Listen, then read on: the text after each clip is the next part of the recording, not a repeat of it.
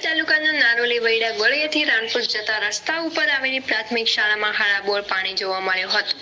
જેથી કરીને ત્યાંના સ્થાનિક લોકોએ સરકાર આગળ નમ્ર અપીલ કરી હતી કે બાળકોને ભણવાનું બંધ રહેતા શાળાની અંદર ઘૂંટણસમાં પાણી ભરાઈ ગયેલા છે, તો તાત્કાલિક સરકારશ્રીને નમ્ર વિનંતી કે પાણીનો નિકાલ કરીને વહેલી તકે શાળા ચાલુ કરે તેવી ગામ લોકોએ માંગ કરી હતી।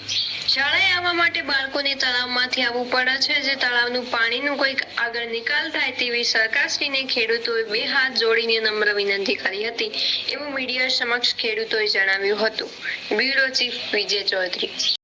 મહિનાની અંદર નિશાળ में આવે जो है नहीं આવે છે પાણી ભરલું પડ્યું હોય ને 60 સૂત્ર પાણી ભરલું પડ્યું હોય એક મહિના ઓ સિરિયે આવરાય ની સિરિયે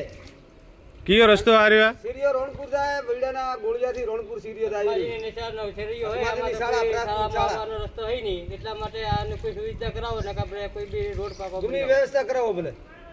ખેતરા માટે તો કળા ભરા થપા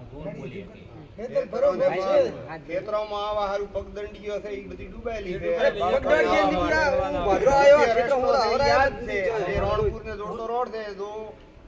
સરકારશ્રીને વિનંતી કે મને આ રસ્તો કરી આપો તો બાળકોનું ભવિષ્ય સુધરે।